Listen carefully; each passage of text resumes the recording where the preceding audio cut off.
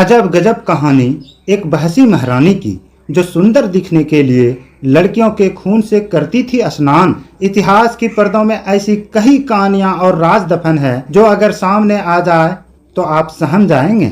कुछ ऐसी ही एक कहानी थी जिनके कारनामों के कारण लोगों में उनका खौफ व्याप्त हो गया था। बहसी होने के साथ साथ ये महारानी एक खूंखार सीरियल किलर थी।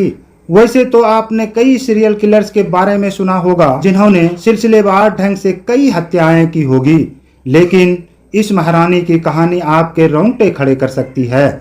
यह महारानी कुमारी लड़कियों को मारकर उनके खून से नहाती थी। हंगरी की रहने वाली इस महारानी का नाम एलिजाबेथ बाथरी था।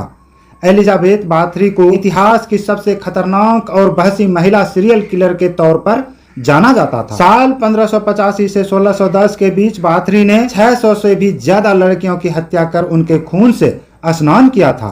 कहा जाता है कि किसी ने एलिजाबेथ को खूबसूरती बरकरार रखने के लिए कुमारी लड़कियों के खून से नहाने की सलाह दी थी। एलिजाबेथ को यह तरीका इतना पसंद आया कि वो इसके लिए क्रूरता की हद पार कर दी। सीरियल किलर एलिजाबेथ लड़कियों को मारने के बाद उनके साथ बर्बरता और दरिंदगी करने से बाज नहीं आती थी। प्रचलित कहानियों के अनुसार वह मृत लड़कियों के शरीर के मांस को अपनी दांतों से काट कर निकाल लेती थी। कहा यह भी जाता है कि एलिजाबेथ बाथरी के इस भयानक जुर्म में उनके 3 नौकर भी उसका साथ देते थे। दरअसल एलिजाबेथ बाथरी हंगरी राजघराने से ताल्लुक रखती थी। एलिजाबेथ की शादी फोरेन नोडेस्टी नामक के शख्स से हुई थी, जो तुर्की के खिलाफ युद्ध में हंगरी का नेशनल हीरो था।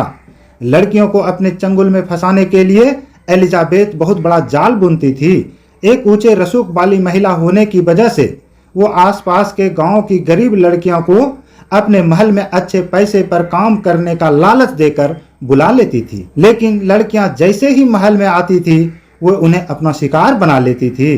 कहा जाता है कि जब इलाके में लड़कियों की संख्या काफी कम हो गई तब उसने ऊंचे परिवार की लड़कियों को अपना शिकार बनाना शुरू कर दिया था।